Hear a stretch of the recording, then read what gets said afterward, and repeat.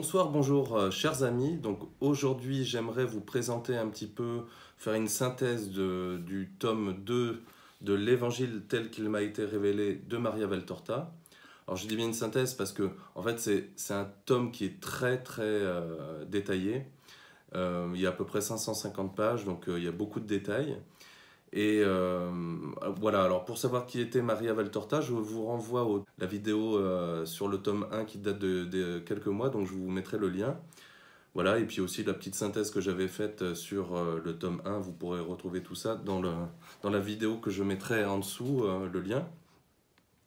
Voilà, donc je vous parlais du tome 2 qui est pareil, bon alors, beaucoup de détails, mais un bijou pour la foi. En fait, ça nous fait grandir encore à chaque fois hein, dans la foi. Et voilà, donc je vais essayer de vous faire une petite synthèse de ce tome 2. Alors, on pourra retrouver dans ce tome 2, donc on est toujours dans la première année d'enseignement public de Jésus.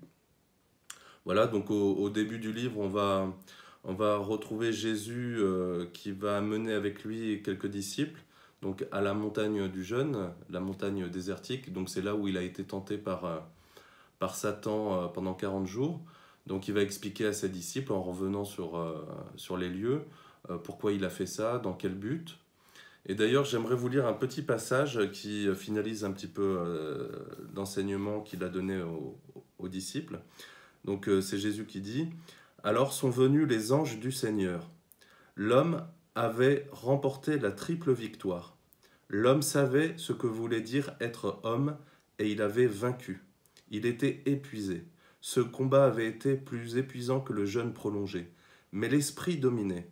Je crois que les cieux ont tressailli à mon affirmation complète de créature douée de connaissance. C'est à partir de ce moment, je crois, qu'est venu en moi le pouvoir de faire des miracles.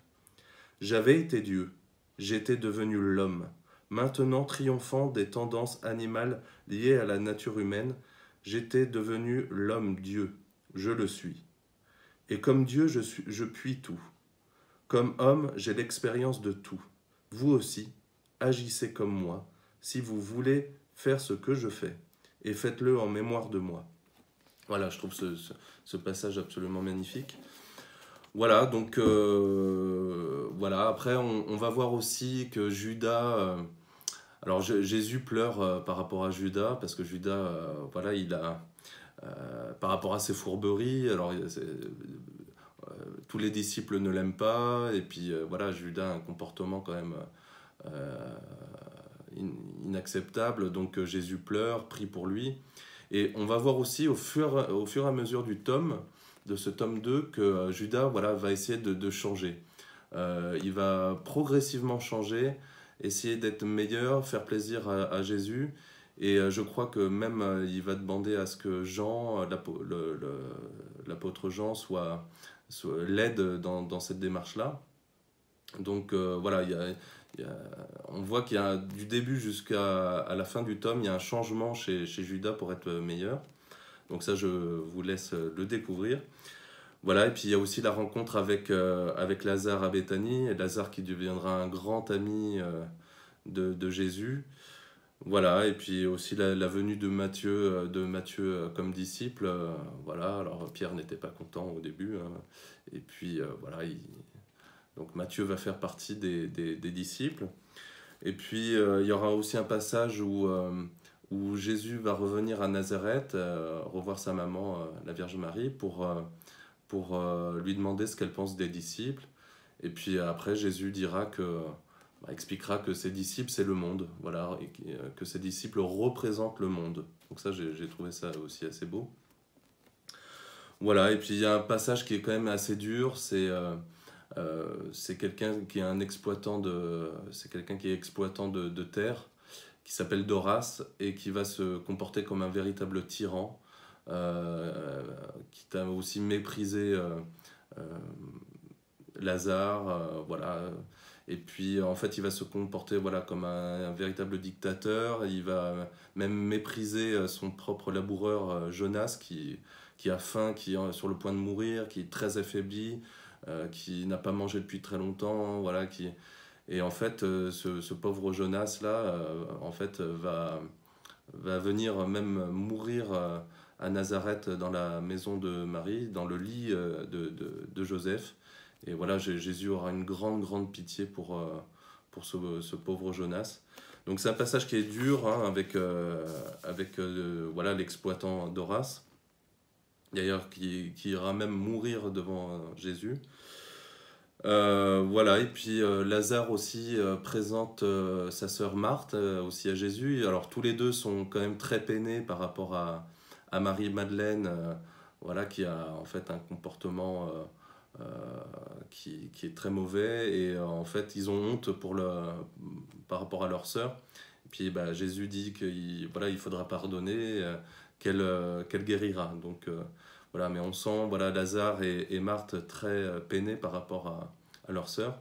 D'ailleurs, Marie-Madeleine, qu'on voit très peu, très peu dans le livre, quasiment pas, juste un passage où elle est avec des Romains sur un bateau, sur une barque. Mais là, pour l'instant, elle est un peu cachée. Voilà, et puis Jésus va rencontrer aussi Gamaliel, Joseph d'Arimathie lors d'un repas. Il y a un grand passage dans le livre concernant l'enseignement des 10 commandements à la belle eau. Alors, à la propriété de la belle eau, c'est une propriété que Lazare a prêtée à Jésus pour enseigner. Voilà. Et alors, Jésus va enseigner donc à tout le monde qui va venir le voir. Donc, les 10 commandements. Il y aura des guérisons, voilà, et puis il y aura aussi une vie communautaire, donc les disciples et Jésus. Voilà, donc cet enseignement-là des 10 commandements, voilà, c'est assez conséquent dans le livre.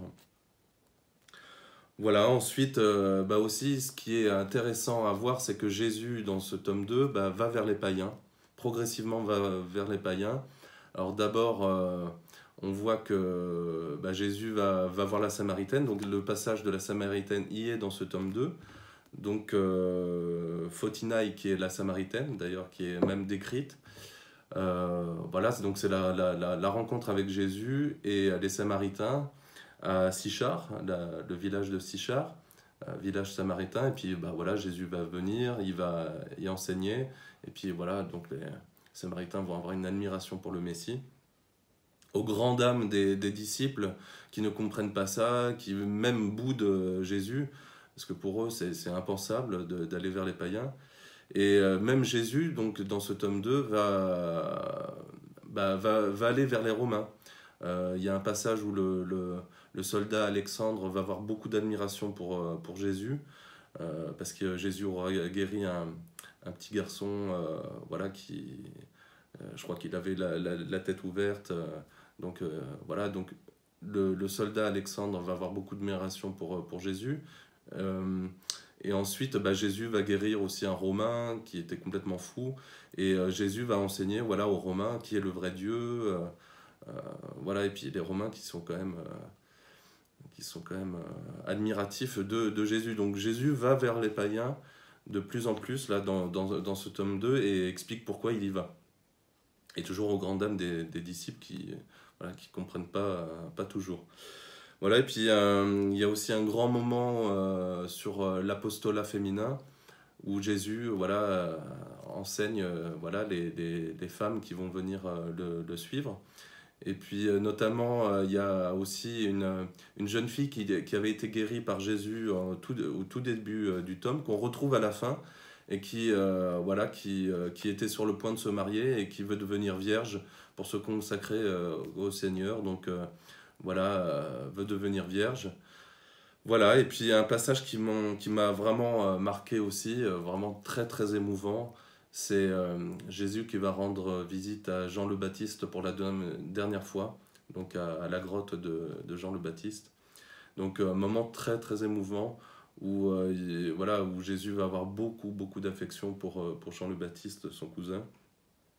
Et puis voilà, Jean le Baptiste qui sait son devenir, en fait, et qui donne ses disciples à Jésus. Voilà, donc ce tome 2 est magnifique. Voilà, dès qu'on commence à lire, on n'arrive pas à s'arrêter. Donc je vous le recommande, et je vous recommande d'ailleurs tous les livres. Là, je vais attaquer le tome 3, donc je ferai aussi une vidéo un petit peu synthétique par rapport au tome 3. Donc voilà, l'évangile tel qu'il m'a été révélé de Maria Valtorta, tome 2. À très bientôt, chers amis. Passez une très bonne soirée, une très bonne journée. Et je vous dis à bientôt. Merci, au revoir.